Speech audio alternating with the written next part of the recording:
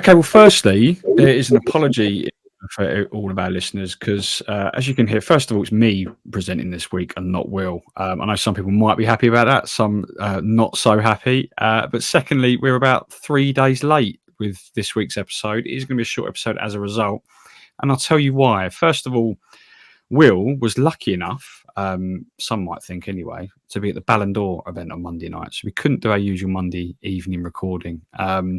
But quite suspiciously, the following day, he called in sick, which, I don't know, I mean, if he caught something at Ballon d'Or, maybe he should have stayed away like Real Madrid and Vinicius Junior in the end.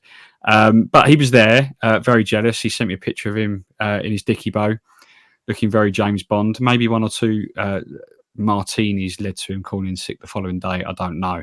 But as a result, we've been trying to find a little bit of time to do this pod. Will is still sick, so I'm lucky enough to be joined by Alex. Hello, Alex. How are you, mate? Thank you very much. How are you? Yeah, good. It's good to. It's the first time you and I have done a pod, just us two. Normally, it's me pulling out and not Will. And we've struggled to get time this week to do one. See, it's half term this week, so I got a week off work. Yesterday, I had to pick between having a chat with Alex or going to the seaside with my son. And I thought, as it's half term, I do feel bad on my son for saying, no, sorry, mate, I've got to spend an hour chatting about West Ham to Alex. So apologies, mate. But we're here. We're going to do a very, very quick look back at Man United. We won't dwell too much on what happened on Sunday. And then we'll look ahead to Forest. No Oppo view this week. We couldn't get an Oppo view in time, given all the issues that we've had trying to actually record something this week. But we felt like we needed to give something. And get something over to you guys. So here it is. Let's start with Manchester United. Their 2-1 victory at London Stadium on Sunday afternoon. I'm losing track of days. We have to touch on the penalty. Was it a penalty, yes or no? No. Well, but it's one of those. If it's given on the field, I think you accept that. It's the fact it's been overturned. It's not correct. If that goes against us, we're going to be fuming, right? And it's one. It's just like it's a sort of knee on knee. If that's in the middle of the pitch, could it be a foul? Yeah, maybe. But it's just the fact that the fact for me, the big thing was that how David Key went over to the screen, seemed to spend about an age over there. Seemed like he watched it about 10 times. And everyone's in the. We're all sitting there going, we're going to be the only team when a referee goes across the monitor that we're not going to get a decision.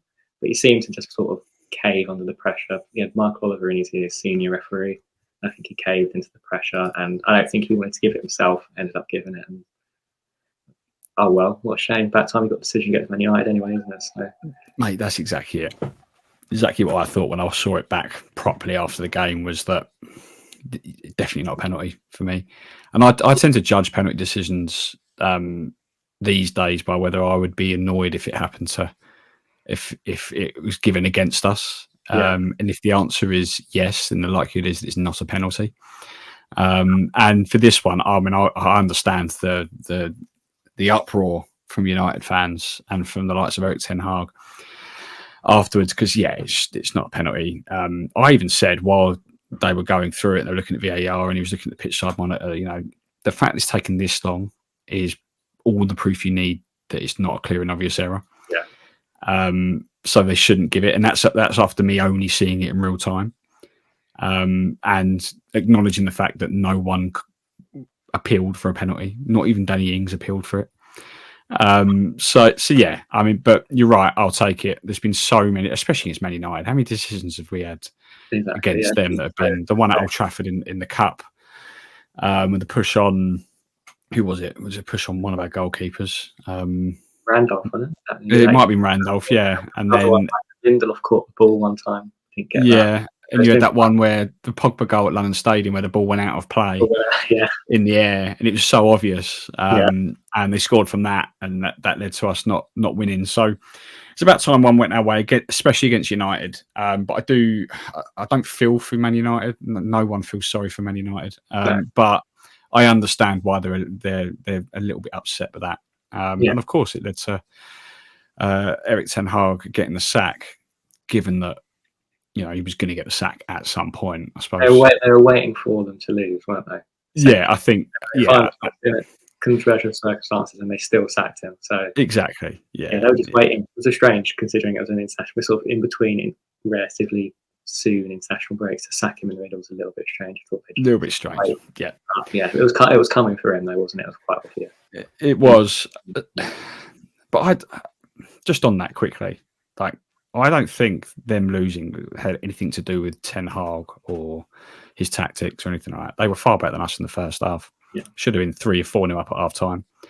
If it wasn't for Diogo Dalot missing literally the biggest sitter you'll ever see in Premier League history, and Garnacho hitting the bar from 4 yards out, they would have been home and hosed before Lopetegui even consider making triple substitution. And then obviously you get that decision at the end of the penalty. Nothing to do with him. So it is quite funny that they've sacked him after that. But it is what it is. But it's obviously for him, it's been so obviously they've been one of the worst teams like tactically in the league. They're so open. Even at times in that first half, we were like, there was times they just threw like everyone forward, and there was so much space for Antonio and Somerville basically to come on and go in behind them, because they just they leave like 2 players back. It was really bizarre. There's like no midfield. It's sort of like a massive gap between their lines, and it's just like it was bizarre how Somerville didn't start. I'm glad Lopetegui sort of recognised it and eventually put him on. But it was like perfect for a sort of pacey winger to sort of drive us forward. There isn't nobody in midfield, like literally nobody. Without Agate, who wasn't playing, they've got nobody even to hack someone down. So it was quite obvious that we would dominate. I thought we'd dominate when someone will come on and sort of tweak our system a little bit. And Lopetegui sort of deserves a little bit of credit for second half. At the same time, awful first half, should be 4-0 down. So still really poor, still quite a lot to be worried about. Yeah, I suppose that brings us on nicely to this weekend going to Nottingham Forest and what he should do with the starting 11.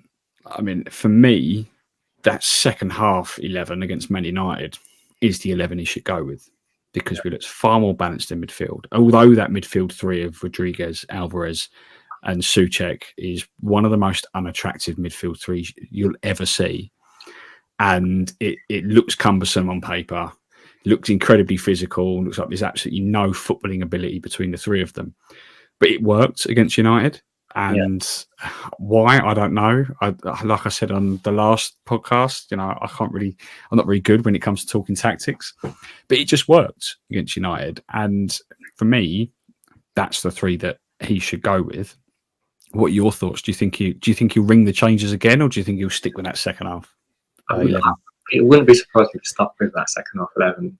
I think there's probably always an argument that one of Paqueta or Soler starts. So we've got somebody who can pass the ball in midfield, especially like in the final third, because we're going to be relying on like sort of Souček, Alvarez progress the pitch, which is not their game at all. So I mean, that team looked good in the second half, but part of me still like, we need someone a bit better on the ball in that midfield, especially long term anyway.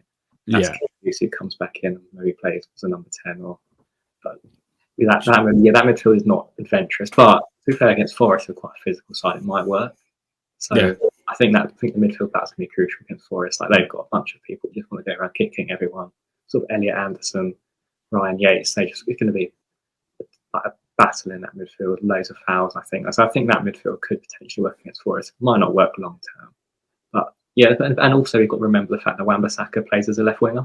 So we need people in midfield that are going to be able to put their foot in, basically, because he's going to be caught out of position quite annoyingly amount of times, considering he's a good one-on-one defender. We've brought the best one-on-one defender in the league and decided to play him on the left wing, which is strange. Like, the inverted rub doesn't seem to be working for him at all. So I think that's sort of what we had in the second half, where Alvarez was sort of like a sort of between a centre-back, but also holding midfield that sort of allows you to sort of mop up for when Wan-Bissaka or Emerson sort of fly forward. So I think there's potential, and that's the sort of system we saw in the second half. There's a little bit of stuff for hopefully something to be hopeful about. But I'm not sure whether it's going to be that personnel long term. But I think there's sort of shape that could work long term. Yeah, I see where you're coming from. I think you're right in that against Forest it probably has a better chance of working because of their physical midfield and their physicality. I have been impressed with Souček's passing this season, though. Yeah, so I've been tempted not to say it because I feel like I'm going to jinx it. He's going to do the edge of your own box and give the ball away. He's really good in possession, like just not like exceptional, but just like simple passes. I feel like it's something massively worked on. He does look a little bit better just playing a simple 10-yard ball, which is all you sort of need from him because he offers so much more in other areas.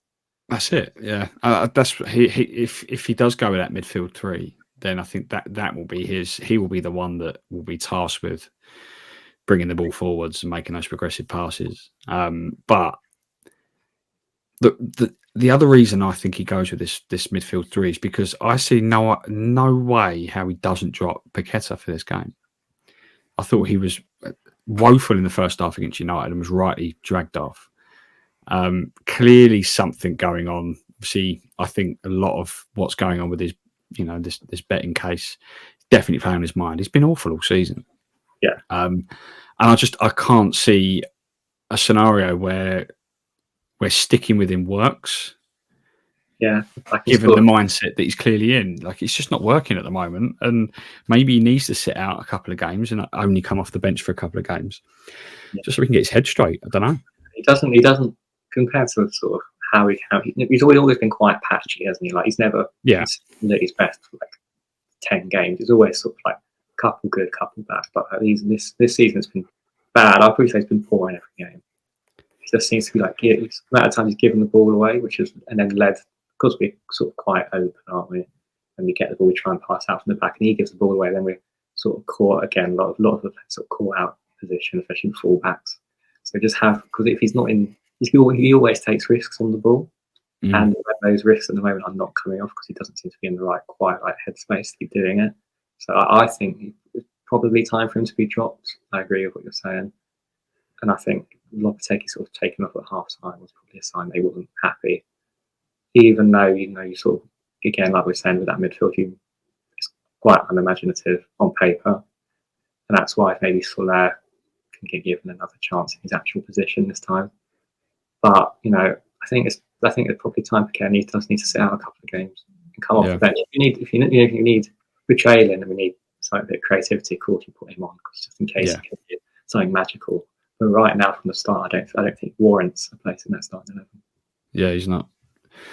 He's not up to it at the moment, is he? A couple of other changes that surprised me against United, which I wonder about this weekend as well.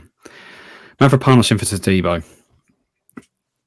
I mean, he didn't have a terrible first half, Mavropanos, I don't think.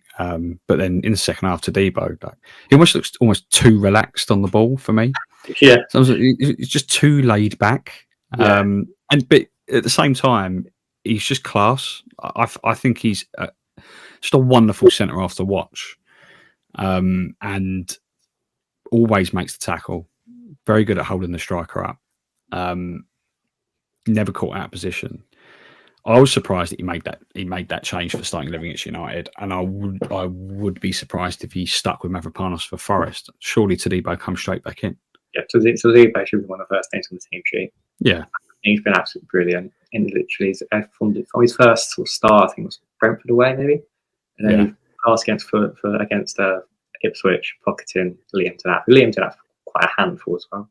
But he's put him out really well. Højlund sort of kept with that sort of half back three, was sort of using a second half against Man United, drifting out onto that side and sort of getting to Garnacho, also dealing with Højlund as well. And I think he just looks like a Rolls Royce. And I saw something about all we've got to do is not go down. So to trigger that, like 35 million for him, which is like bargain. It looks like great business, to be honest. I think Todibo and Kilman has that potential to be a really good centre back pairing, but they've just got to keep playing together. Oh, they're already showing it. I mean, Kilman's, for me, I know the question marks over the 40 million quid, but every single penny well spent for me on Kilman. Like, he's been wonderful. But yeah, you're right. I think Todibo should be one of the first names in the team sheet. I have no idea why he didn't start against United. Thankfully, it didn't backfire. Elsewhere on the pitch, in goal, Fabianski and Areola. I know Areola had a shocker against Spurs. It wasn't very good. Not just from the fact he conceded 4 goals standpoint, but the fact his distribution was the worst I've ever seen from him. It's not his strength, granted, but still, I mean, he couldn't even pass it 10 yards. He was really struggling. Was it enough for him to be dropped? I don't know. But Fabianski came in and did a pretty good job. Does he stick with Fabianski, do you think? I mean, it'd be harsh then to drop Fabianski after he pulled off a couple of really good saves at the weekend. Yeah, I don't think you can drop Fabianski now. He's come in and done well. I thought the decision to make the change in goal was like a massive risk. I know Areola had a poor game, as we just said, but making that change is like, can we please just like have a spine of the team? Like, I'm fine with him not knowing his best team yet. We're only 10 games or so in, but like, please have a spine. Like, these are my two centre backs. These are my goalkeeper. Sort of, this is my holding midfielder. You know, and then the wingers can sort of, even though you're not going to change the wingers because they're Bowen and probably Kudus. So it's like, just have a spine. And if we're going to go Fabianski, that's going to be our number one. That needs to be our number one for the season. And I think probably I feel like he's lost a bit of faith in Areola, which is a shame because I still believe Areola is a better goalkeeper than a 40-year-old Fabianski. Like, but if Areola's out of form, Fabianski, he's one like we were saying about Todivo, sort of still not used to how confident he is sort of on the ball. It's still like a little bit worrying at times when he sort of does a little turn on the edge of your own box. Fabianski in goal, I completely trust Fabianski. Like, I'm not worried at all with him in goal. I do probably think Areola is a better goalkeeper, but maybe Fabianski is just sort of a safer pair of hands. Yeah, he's less inclined to take a risk. Yeah. Really, is he? I think he commands his box a lot better than Areola. I mean, it's one of Areola's weaknesses is that he just doesn't tend to command his box whatsoever. Never has done. I think they're both there or thereabouts in terms of shot-stopping ability. And we saw it with Fabianski at the weekend with a couple. I always feel Areola struggles with long shots. Like, I've sort of noticed that. Yeah. Quite a lot of times the lap goal was one. Yeah. Ones that he sort of doesn't look set for. Like unexpected effort. I don't think he ever looks set for. But yeah. But then I'd probably say, Fabianski might. One-on-ones is going to be a big thing, I think. But I was seeing analysis like Areola was really the season when he was really good for us. When we came like sixth or whatever season that was, not the one just gone one before that. It was really good, and it was like people say like, see, we were to sit very deep with Moyes, and Areola was a brilliant sort of reaction reflex stopper, and now we're not sitting so deep. That sort of reaction ricochet sort of save is sort of less of a thing now. Yeah. So I think even that maybe makes a difference and makes maybe Fabianski the better choice. I mean, jury's still out. We'll wait and see. Yeah, and I think I haven't got his stats to hand, but I think in 50-odd West Ham appearances, 60-odd West Ham appearances, maybe even more than that, he's only kept like 9 clean sheets. And the majority of those have come in Europe when he was the cup goalkeeper. Yeah. So his actual clean sheet record does not make for good reading, to be fair. But yeah, and then I don't even know why he didn't start Somerville. It seems like a really bizarre, like it was a like for like Kudus for Somerville. Yeah, it was obvious, wasn't it? And everyone, it was obvious to everyone, but Lopetegui, it seemed like. Yeah. And then the second half, Somerville basically went, that's why you should have started me, mate, because he was just sensational. Really deserved his goal. And it was a goal that I feel like now he's got his first goal. That's him now. Like he will, from a confidence point of view, he's only going to get better and better, I think. And there's absolutely no way he doesn't start against Forest, don't you think? No. Felt again easy in the team. I thought it was absolutely brilliant. What shocked me about him was sort of, I remember one time he sort of bodied Dallo, sort of shook off the lid, and it was like the strength for a little guy looked really good. Yeah. And he looked, to be honest, I will sort of called him, it's going to be another Benrahma. He looked like what we wanted from even Benrahma had some time at West Ham, to be fair to him. He scored a couple of big goals, didn't he? But Somerville looked like what we hoped Benrahma would be. So I think, Somerville absolutely brilliant. Looks like, confidence could be massive for him, and deserved that goal. Completely deserved it. Absolutely brilliant. Change again. Yeah, don't let Will hear you give Benrahma any praise whatsoever. He did not like Benrahma. But I mean, I do agree with you. I thought he had some good moments for us, Benrahma. This weekend, then, Alex, how do you think this one's going to go? It's not as much of a must win as the United one. But, we've gone up to 13th, above United in the table, 11 points. I was actually looking at the table earlier. If we win and results go away, we could go as high as 8th, which seems... funny time of the season where it's still a couple of results you can get yourself right Yeah, up. it's Good. if we end the weekend in 8th or 9th, I will genuinely be texting Will going, "What was all the fuss about, mate? Just look where we are on the table." You're right. It's still early days, and the table is really, really tight. But I think, a win just gives us that little bit of cushion over that bottom 5 or 6 teams. Yeah. At the bottom, just kind of gives us a little bit more cushion and allows us to then, if we can put a run of results together with Everton coming up at home next, put a run of results together, and suddenly we're back in the conversation that we wanted to be in at the beginning of the season, and we felt like we should have been. So yeah, how do you see this one going? We haven't won at City Ground since they came back up. It's a difficult place to go. They're having a brilliant season so far. Can you see us getting a result? It's going to be really difficult. I think, as you say, they've been sort of the surprise package of the Premier League so far. They look really good.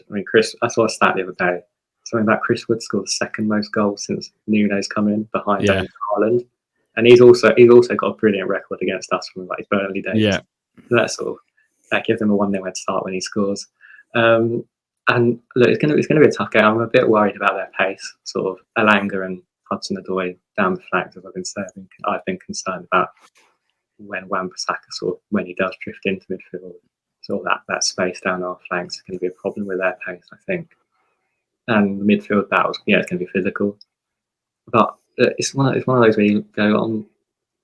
I'm going into it a little bit like Fulham away game and the Brentford away game, where I think we can win, but we also can lose. But a draw wouldn't be a bad result at all. No, I'd definitely say a decent performance in the draw.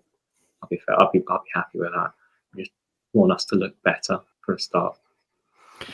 Yeah, it feels like after the win against United, it's almost the performance is now more important than the result, if that makes sense. Yeah, that's sort of that 3 points bought us a little bit of time. Provided we go to we play Everton, actually that needs to be a win. Obviously, away to Forest team that are doing really well.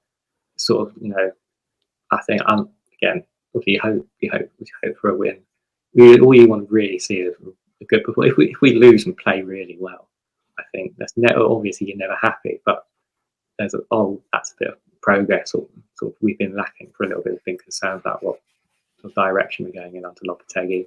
Yeah. So, but I'm going to try and stay positive. I think we can get a draw, much like that Fulham and Brentford game, where at times it's going to be back to the wall a little bit. But I think we've got enough quality, probably, to hopefully sneak a point there. Go on and give us your score prediction then, mate. It's going to be 1-1, isn't it? All over. Yeah. They don't score or concede much, do they, Forest? They scored 11, conceded 7. Third best defensively. Yeah, that's a very impressive record. Yeah. Whereas we conceded a lot, but we have scored a decent amount as well. 13. Most in the bottom half of the table. I'm going to go Desmond 2-2.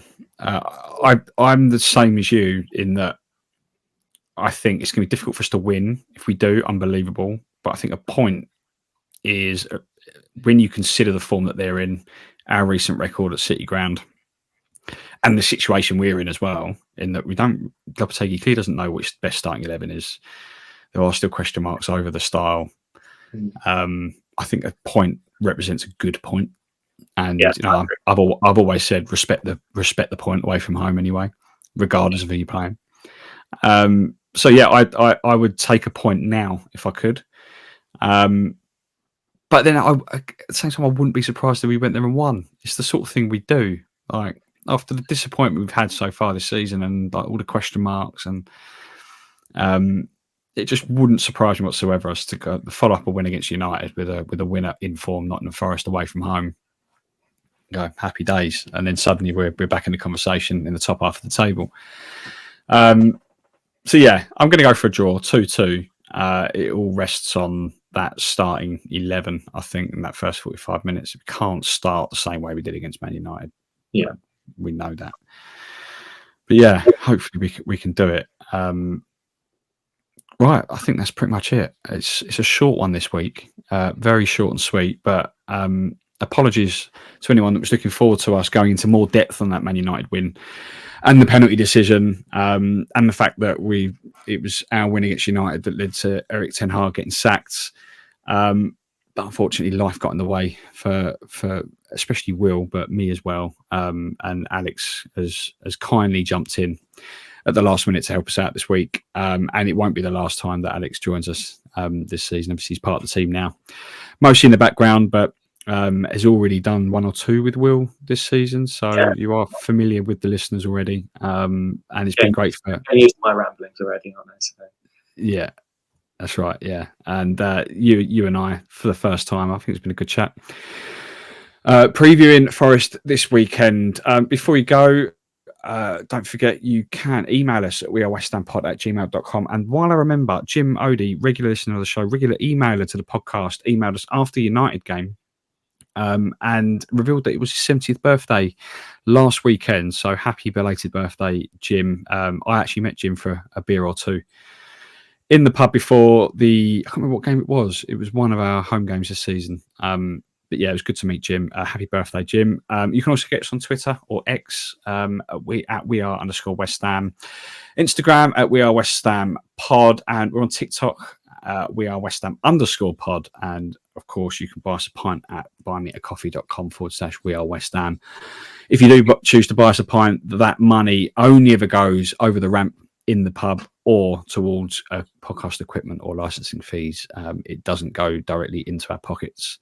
I think that's it. I think I've done myself proud on that. I thought I would have done Will proud with that, with the social media stuff. He always digs me out a little bit when I do them, but I think I've done all right there. Anything else you want to touch on, Alex, before we go?